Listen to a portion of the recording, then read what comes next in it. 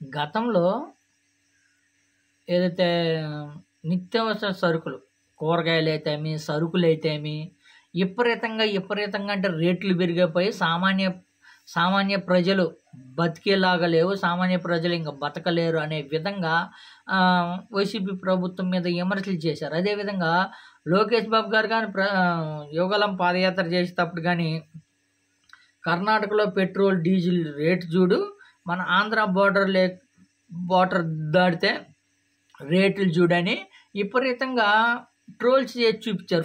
Video చేసి కానీ చూపించారు లోకేష్ బాబు గారు. గతంలో విపరీతమైన రేట్లు ఉండే. మరి ఇప్పుడు కూటమి ప్రభుత్వం వచ్చిన తర్వాత ఆ రేట్లు తగ్గాయా? విపరీతంగా రేట్లు పెరిగాయి కదా. గతంలో నూనె ప్యాకెట్ 90 రూపాయలు, 100 రూపాయలు ఉంటే ఈరోజు 140 రూపాయలు రుచి గోల్డ్ ఆయిల్ ప్యాకెట్.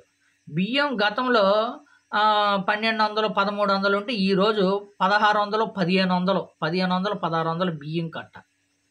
ఇప్పుడు సామాన్య ప్రజలు బతకలేని విధంగా ఉంది. గతంలో 2019 నుంచి 2023 దాకా ఏదైతే జగన్మోహన్ రెడ్డి గారు పరిపాలించినప్పుడు అప్పుడు బతకలేకుండా ఉన్నారా?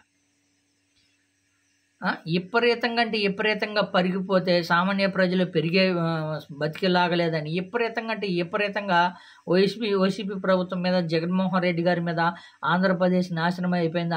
ఆంధ్రప్రదేశ్ ఇంకా కోలుకోవాలంటే ఇంకొక 20 సంవత్సరాలు పట్టిద్దని విపరీతంగా ట్రోల్ చేశారు. మరి ఇప్పుడేమంటారు? ఇప్పుడేమైనా తగ్గుముఖం తగ్గిచ్చారా? కూటమి ప్రభుత్వం వచ్చి 7 నెలలు అవుతుంది, ఏదైనా తగ్గిందా? సరుకులు ఏమైనా తగ్గాయా? కూరగాయలు ఏమైనా తగ్గాయా? పైపెచ్చు ఇంకా గతంలో కంటే ఇప్పుడు ఇంకా విపరీతంగా రేట్లు పెరిగాయనే చెప్పుకోవచ్చు. సరుకులు కానివ్వండి, కూరగాయలు కానివ్వండి, మొత్తం విపరీతంగా పెరిగిపోయాయి. పైపెచ్చు ఇంకోటి, నాణ్యమైన మందు ఇస్తాము, తక్కువ ధరకే అందిస్తామని విపరీతంగా ప్రచారం చేశారు. అదేవిధంగా పవన్ కళ్యాణ్ గారు కానీ నాసిరకం మందు ఇస్తున్నారు, జనాలని మందు బాబుల్ని ప్రాణాలు చనిపోయే విధంగా చేస్తున్నారు, మేము వస్తే నాణ్యమైన మందు అందిస్తాము, తక్కువ ధరకే అందిస్తాము అని విపరీతంగా ప్రచారం చేశారు. కానీ ఇప్పుడు ఏం జరుగుతుంది? ఏంది?